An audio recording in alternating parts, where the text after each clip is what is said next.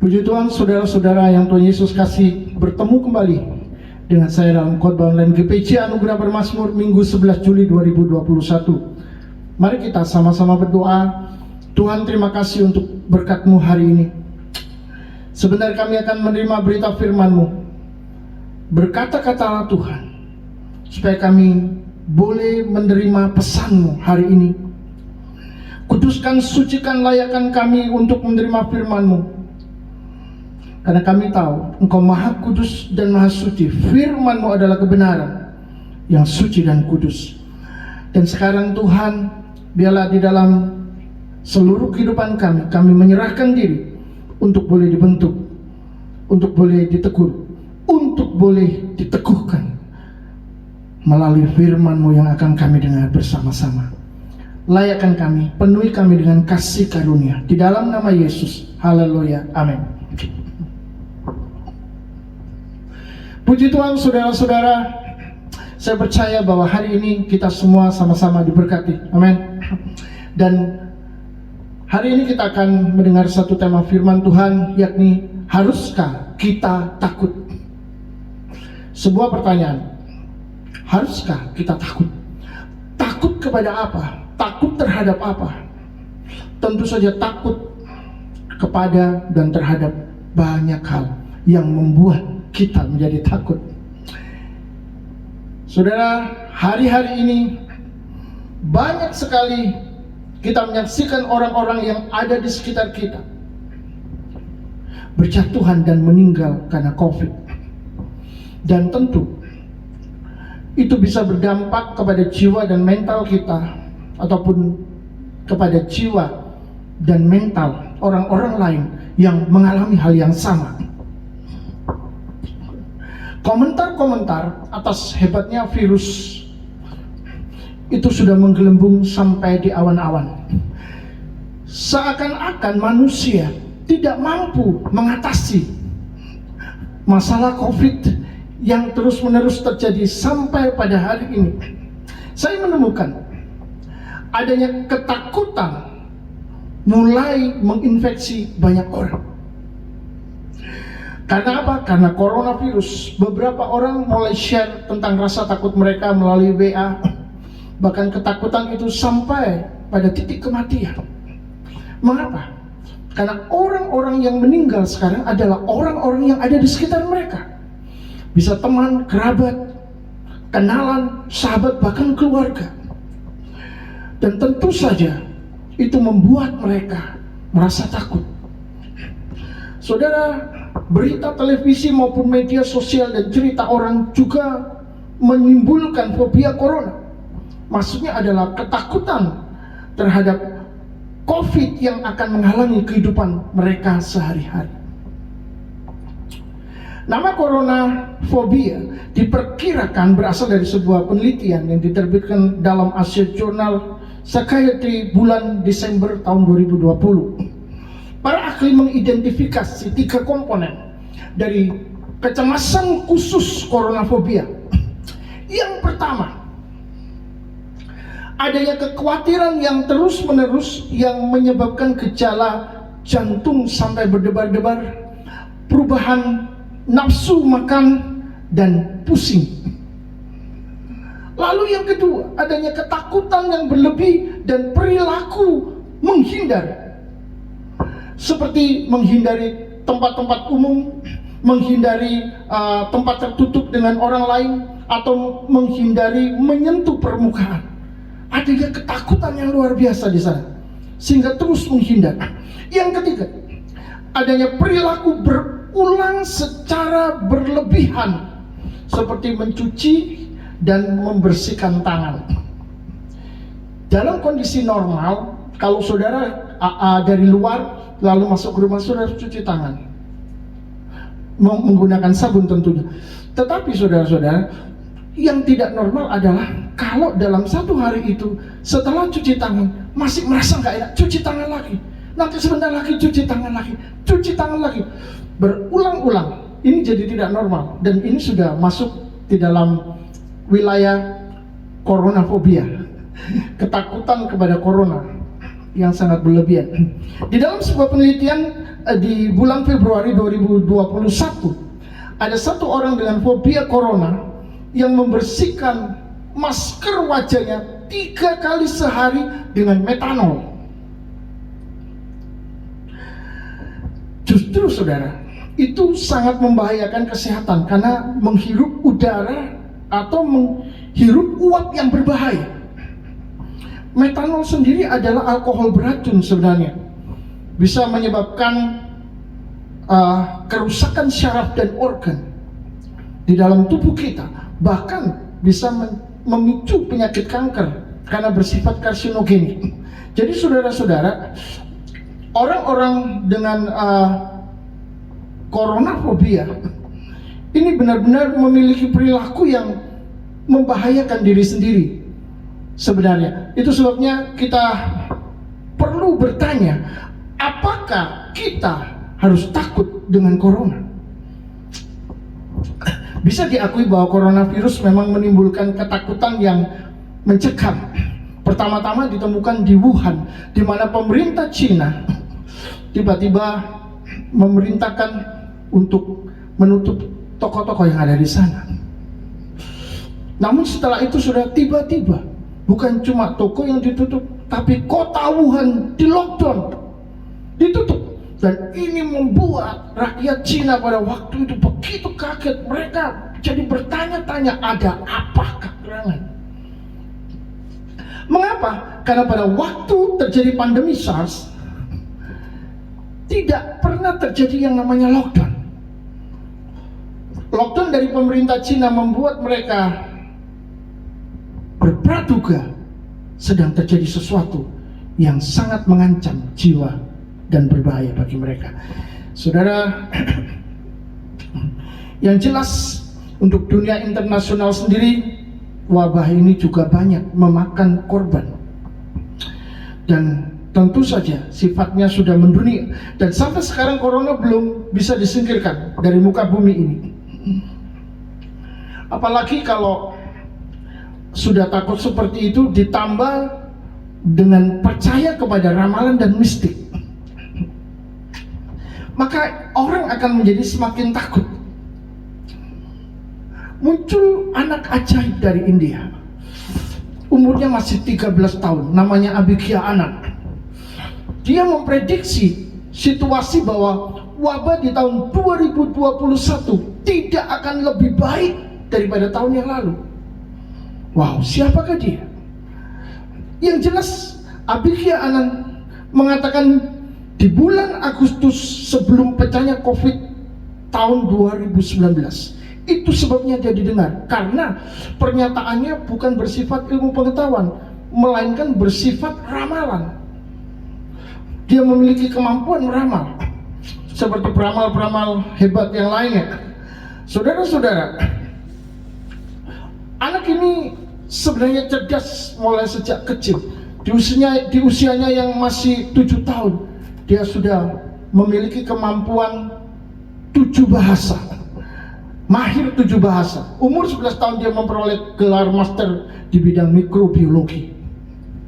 Itu sebabnya orang jadi berpikir, siapakah dia? 22 Agustus yang jelas dia mengunggah video di YouTube menyebut dunia akan menghadapi perang besar melawan wabah virus di November 2019.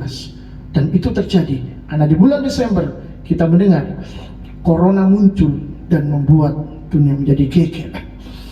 Dia mengatakan akan ada infeksi yang ditularkan melalui semburan batuk bersin dan air liur, dan mencapai puncaknya pada bulan Maret 2020. Saudara, hal ini juga tidak salah. Yang jelas dia mengatakan hal ini berdasarkan astrologi India, bukan astronomi, tetapi astrologi, ramalan bintang, ramalan planet-planet. Saudara-saudara, beberapa ramalannya ada yang tidak terjadi, seperti perang dunia yang akan terjadi tahun 2020 itu tidak terjadi, atau juga naiknya harga emas, naiknya harga minyak dan gas alam. Minyak dan gas alam tidak naik, hanya emas saja yang naik. Jadi pertanyaannya, apakah kita harus takut kepada pandemi corona? Karena secara faktual itu sudah terjadi, ditambah lagi dengan ramalan seorang anak ajaib dari India berumur 13 tahun itu. Apakah saudara percaya kepada ramalan? Saudara yang bisa menjawab. Yang jelas Alkitab mengajarkan kepada kita untuk percaya kepada Tuhan dan tidak percaya kepada ramalan nasib. Walaupun kadang ramalan itu bisa cocok, tapi bukankah kita tahu bahwa ramalan anan juga ada yang tidak cocok? Itu sebabnya tidak bisa dijadikan acuan untuk kita percayai.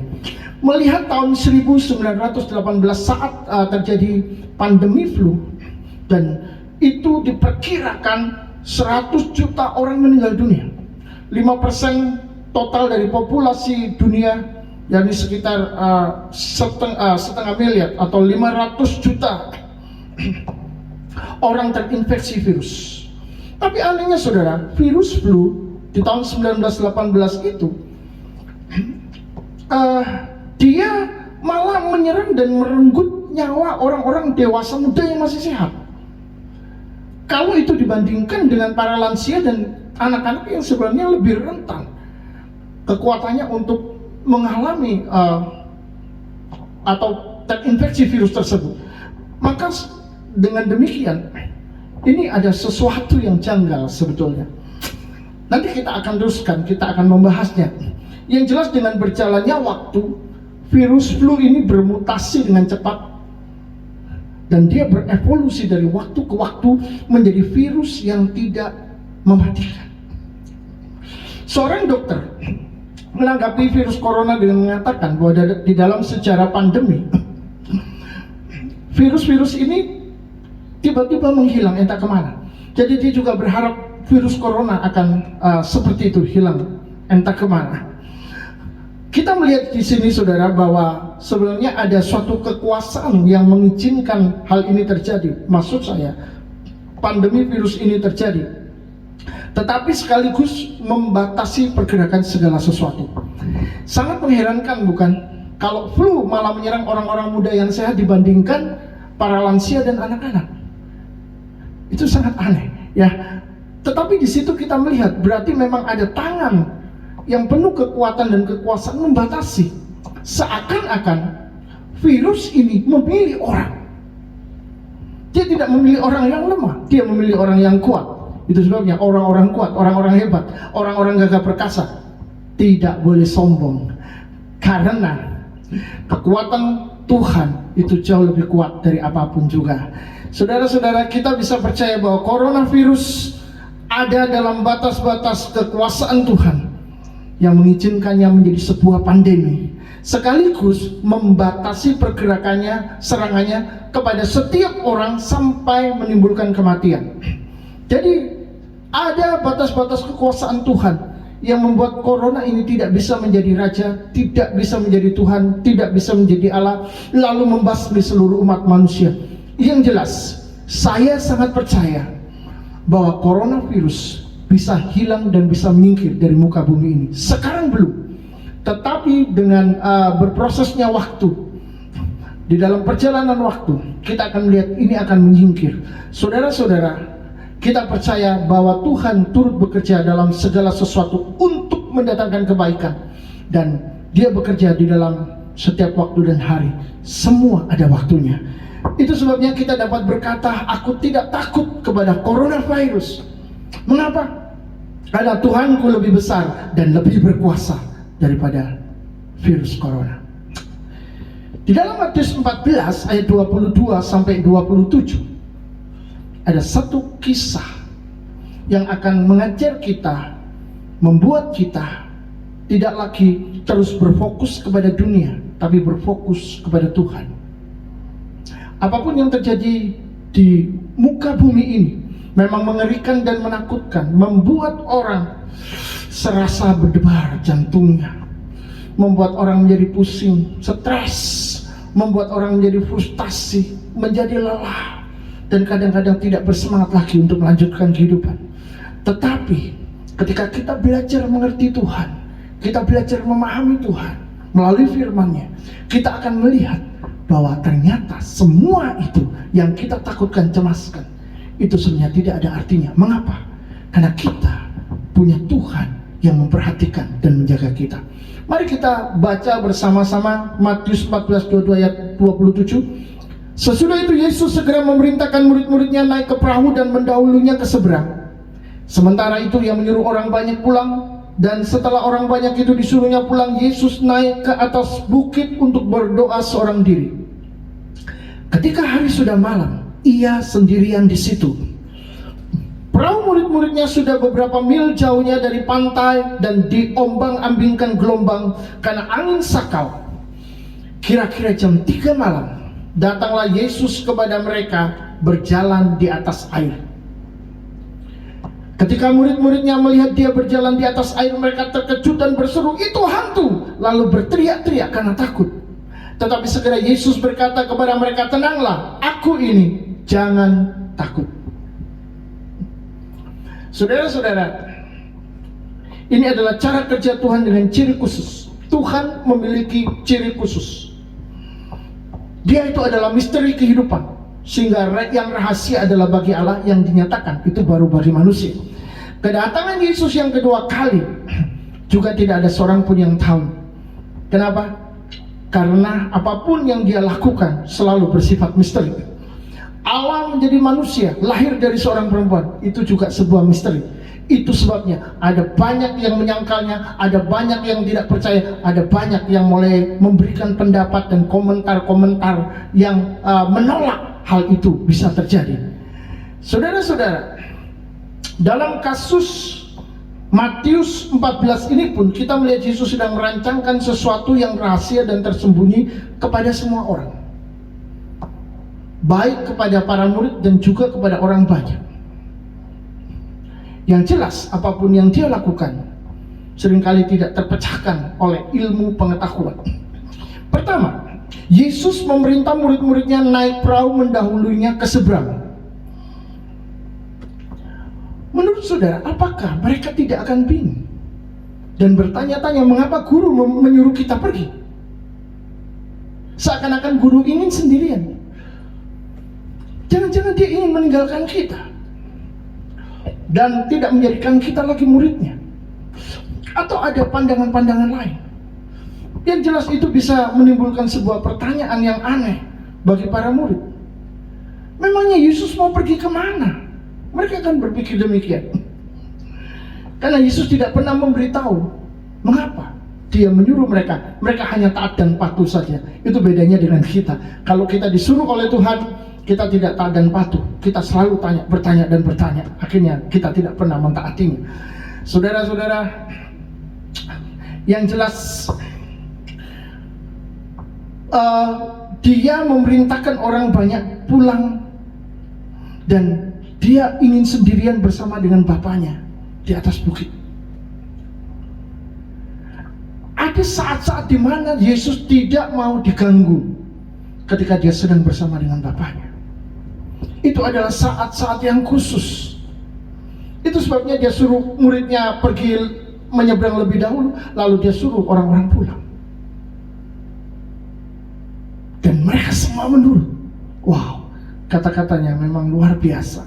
Alkitab menulis bahwa pada waktu murid-murid itu menyeberang Danau Galilea, terjadi angin sakal sehingga perahu terombang-ambing di laut. Saya percaya bahwa pada waktu itu murid-murid pasti ada perasaan takut, karena itu dini hari. Dan saudara-saudara, Alkitab mengatakan mereka sudah beberapa mil jauhnya ketika Yesus masih berdoa di gunung. Kalau itu beberapa mil, berarti itu bisa beberapa ribu kilometer. Karena 1 mil itu 1609 kilometer. Kalau bermil-mil, berarti berapa ribu? Maka pada saat itu sangat wajar kalau para murid merasa Yesus sudah begitu jauh. Mereka terputus sementara dengan Tuhan, terputus sementara dengan Yesus yang biasanya memberikan kepada mereka rasa aman, karena Yesus melakukan mujizat. Buta melihat, Bisu berkata-kata, tuli mendengar, lumpuh berjalan, mati dibangkitkan, kerasukan setan dilepaskan, dibebaskan. Angin dan danau pun taat. Ketika di danau Galilea terjadi angin ribut, Yesus cuma berkata, diam dan tenanglah. Maka danau dan angin itu pun tenang. Saudara-saudara, mereka merasa aman. Tapi kali ini penjaga mereka sudah tidak ada, pelindung mereka sudah tidak ada, yang membuat mujizat sudah tidak lagi bersama-sama dengan mereka. Maka sebenarnya mereka sedang berada di dalam sebuah ujian iman yang tentu saja itu sangat mengkhawatirkan. Apalagi Yesus tidak bersama-sama dengan mereka dan mereka disuruh pergi. Aduh, gimana ini? Gimana ini? Guru tidak ada bersama-sama dengan kita. Angin sakal, perahu terombang-ambing. Wah, di tengah-tengah laut. Ya, nunggu saja waktunya.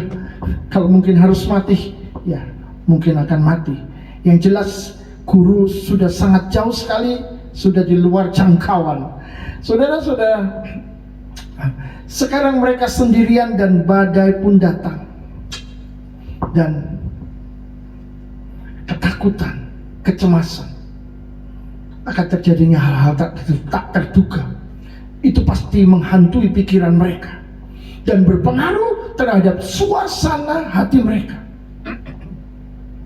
Adakah saudara pernah mengalami hal seperti itu? Di mana Tuhan rasanya seakan seperti jauh. Ada saat-saat di mana kita merasakan kehadiran Tuhan waktu berdoa, mungkin waktu memuji Tuhan, waktu membaca firman Tuhan, waktu beribadah. Wow, rasanya powerful begitu, kita kuat sekali. Tapi ada saat ketika kita berdoa seakan Tuhan tidak menjawab. Kita masuk di dalam masalah dan persoalan-persoalan yang sangat sulit untuk diselesaikan, bahkan sampai kita ketakutan. Tetapi Tuhan seakan-akan tidak ada, Tuhan seakan-akan tidak peduli dengan kita. Bagaimana rasanya? Itu yang sedang dialami dan dirasakan oleh para murid, berpengaruh dalam suasana hati mereka. Saudara-saudara, ketakutan dan kegelapan itu membuat mereka menjadi paranoid terhadap segala sesuatu. Itu sebabnya ketika Yesus jam 3 malam itu menemui mereka untuk menjaga dan melindungi mereka, berjalan di atas air, mereka teriak-teriak ketakutan, dipikir Yesus adalah hantu. Mengapa? Paranoid.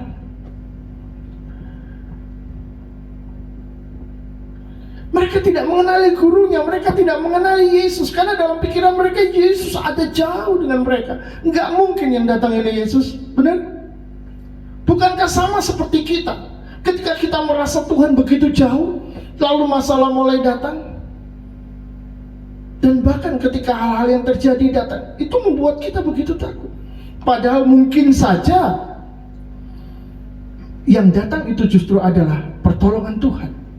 Tapi kita menafsirkan itu justru akan membuat kita semakin terpuruk. Saudara-saudara, yang jelas mereka menganggap Yesus adalah hantu. Padahal Yesus datang untuk menolong mereka, mereka menganggap itu adalah penampakan hantu. Dan sebenarnya ada sesuatu yang aneh di sini. Mengapa? Karena ketika mereka melihat hantu, mereka berteriak, itu hantu. Seakan-akan mereka histeris. Dan itu menunjukkan ketakutan yang sangat besar. Padahal di Matius pasal 10, firman Tuhan mengatakan mereka telah diberikan bekal dan kuasa oleh Tuhan untuk mengusir roh jahat. Mereka diberikan tenaga dan kuasa oleh Yesus. Harusnya mereka bersatu hati, mereka akan tidak sendirian melawan roh jahat itu. Tapi sekali lagi perasaan jauh dari Tuhan. Padahal Tuhan gak pernah jauh dari mereka. Perasaan mereka sedang sendirian, walaupun mereka bersama teman-teman di tengah lautan yang luas seperti itu. Gelap, ombak begitu bergelombang karena angin besar, membuat rasa takut itu muncul. Oleh sebab itu ketika mereka melihat ada sesuatu yang datang, yang berjalan di atas air, mereka langsung berpikir itu hantu. Hidup mereka penuh dibayang-bayangi ketakutan dan kematian. Dan inilah yang sedang terjadi pada masyarakat kita, terjadi kepada orang-orang percaya. Mereka terus membayangkan kematian, kematian, dan kematian. Keluarganya ada yang mati, lalu mereka berpikir sebentar lagi aku juga akan mati. Orang-orang jauh pun mati, mereka juga berpikir akan mati. Saudara, jika Anda dibayang-bayangi ketakutan akan kematian, keluar dari sana. Karena Yesus tidak pernah meninggalkan anak-anaknya di dalam keadaan apapun. Yang jelas saudara-saudara, suasana kematian karena angin sakal mempengaruhi perasaan dan akal. Karena mereka beranggapan sedang bertemu dengan hantu laut. Itu sebabnya bekal dan kuasa untuk melawan roh-roh jahat hilang karena rasa takut. Rasa takut adalah musuh yang sangat berbahaya, yang membuat iman kita runtuh, yang membuat hidup kita jatuh dan hancur. Itu sebabnya kita harus keluar dan meninggalkan ketakutan. Yang jelas, ada suatu pelajaran berharga dalam firman Tuhan yang telah kita baca, dengar dan lihat, yaitu yang pertama, Tuhan tidak pernah meninggalkan kita meskipun Dia terasa tampak jauh di mata dan jauh di dalam hati kita. Saudara-saudara, sekali lagi ada saatnya kita merasakan kehadirannya, dan ada saat di mana kita merasa Dia hilang entah kemana, yaitu ketika kita sedang mengalami masalah dan persoalan yang bertubi-tubi. Tapi firman Tuhan menunjukkan bahwa Yesus tidak pernah meninggalkan dan membiarkan kita sama sekali. Hati dan cintanya selalu dekat dengan kita. Sehingga saudara, penyertaan Tuhan itu tidak tergantung dengan situasi atau kondisi kita seperti apapun.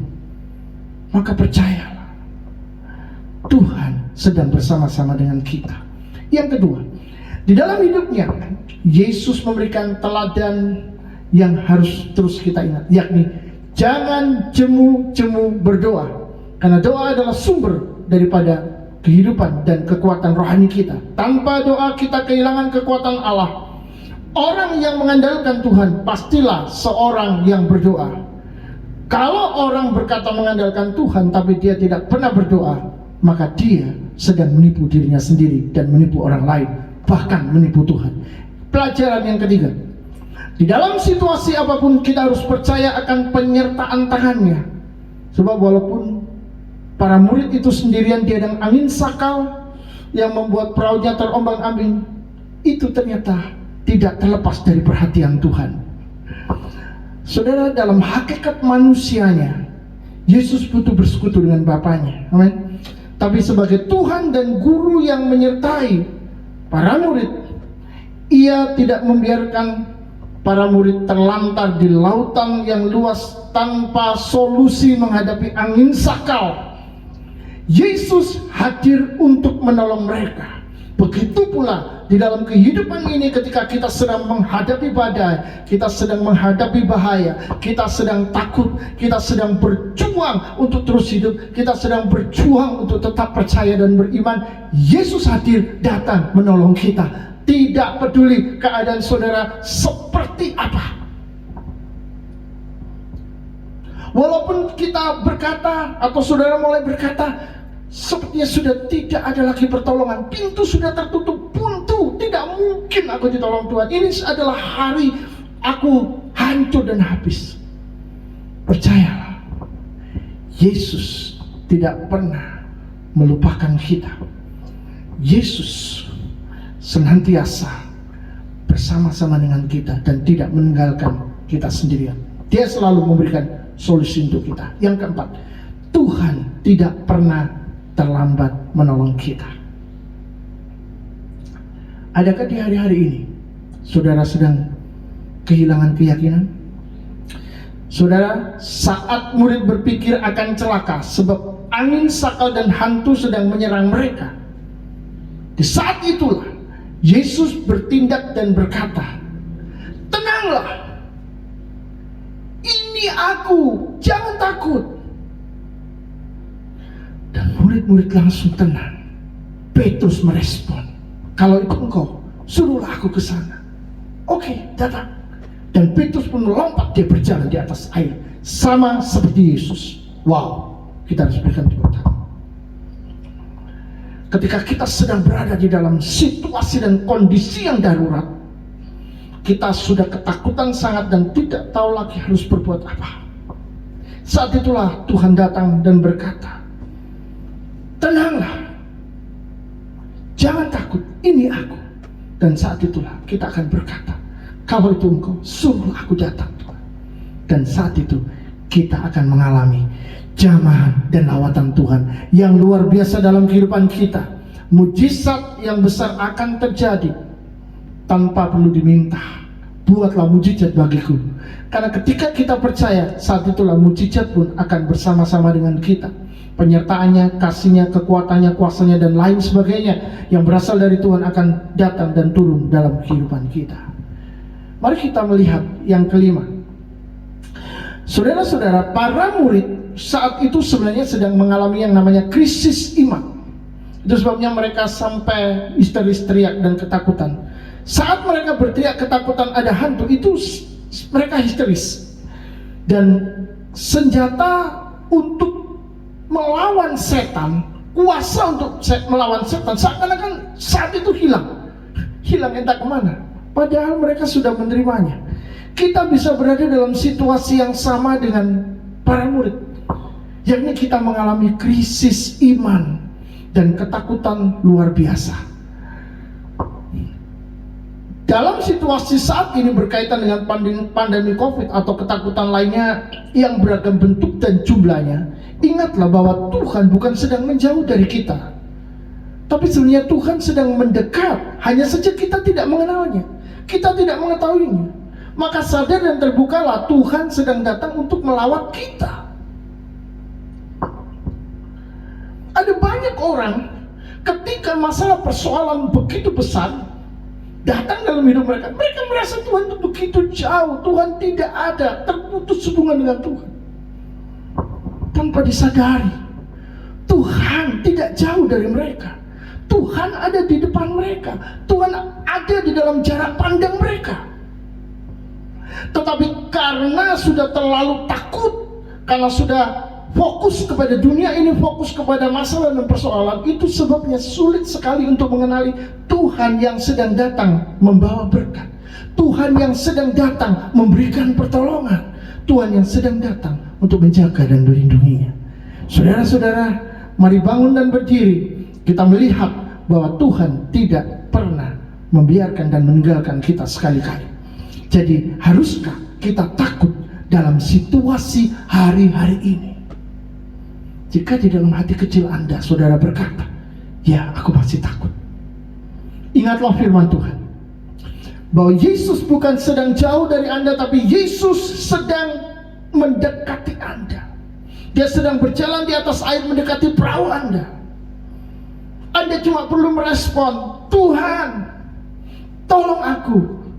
Dan dia pun akan menolong saudara, memberikan ketenangan kepada saudara.